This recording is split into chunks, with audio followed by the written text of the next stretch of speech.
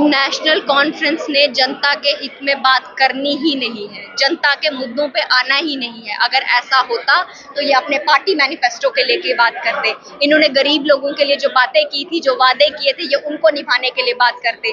लेकिन national conference और कांग्रेस का एजेंडा तो साफ है। इन्होंने जनता को हमेशा से गुमराह किया है और आज भी जम्मू कश्मीर की हमारी भोली भाली जनता को गुमराह कर रहे हैं। काले झंडे दिखाना क्या लगता है आपको, सही है आज के दिन? बिल्कुल गलत है। असेंबली की मर्यादाओं को भंग कर रही है। मुझे लगता है स्पीकर साहब को इनको बाहर निकालना चाहिए था, लेकिन उन्होंने नहीं निकाला। चलिए, ये उनकी मर्जी है, लेकिन ये बहुत गलत है कि जम्मू कश्मीर की असेंबली में जम्मू कश्मीर के मुद्दे हल होने चाहिए, ना कि वक़्फ़ जैसे मसलों पे बात होनी चाहिए, क्योंकि ये पार्लियामेंट्री डिस्कशन में चल रहा है। पार्लियामेंट में बिल पास हो।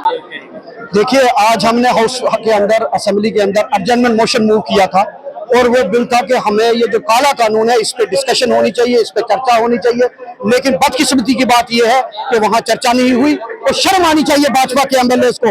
वो कहते हैं, हमने जब कहा तानाशाही नहीं चलेगी तो उन्होंने कहा नहीं, तानाशाही ही चलेगी।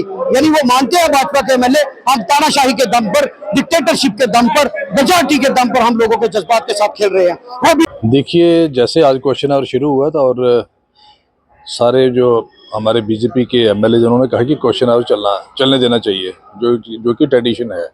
लेकिन एनसी के लोग उठ के खड़े हो गए और कहने लगे वक्फ बिल पे चर्चा होनी चाहिए। तो स्पीकर ने रूल्स कोट करके कहा कि जो चीज़ पार्लियामेंट में उसको पास कर दिया है, लोकसभा ने पास कर दिया है, राज्यसभा ने पास कर दिया है और प्रेसिडेंट ने अपनी उसको सैंक्शन दे दी है और एक कानून बन गया है, उसका इस असेंबली का कोई इख्तियार नहीं है कि उस पर बहस करने का। देखिए, आज स्पीकर साहब ने एज पर रूल पूरे हाउस को बताया कि रूल 58 सब रूल 7 बड़ा क्लियर कट बताता है कि जो भारत के पार्लियामेंट में कानून बन चुका होगा और अगर वो कहीं कोर्ट में चैलेंज भी हो गया होगा, सब्जुडाइज हो गया होगा, वो विधानसभा में चर्चा में नहीं आ सकता किसी भी तरीके से। उन्होंने बोला कि मैं आपका एडजर्नमेंट मोशन रिजेक्ट करता हूँ। जब रिजेक्ट कर दिया तो इन लोगों ने शोर मचाना शुरू कर दिया। ये पहली बार हुआ होगा कि किसी सरकार के लोगों ने अपने स्पीकर को आंखें दिखाई। पहले अपोजिशन आंखें दिखाती थी। वो बुजुर्ग नेता है, पॉलिटिशियन है, पुराने हैं, 7वीं 8वीं बार एमएलए बन के आए, तुम्हारे बाप दादा की उम्र के, तुम उनको आंखें दिखा रहे हो। ये इसलिए दिखा रहे हैं क्योंकि ये वक्फ बोर्ड के वो चोर है जिन लोगों ने वक्फ की संपत्ति का गैर कानूनी तरीके से कब्जे कर रखे, ये उनके आका बन के यहाँ आए।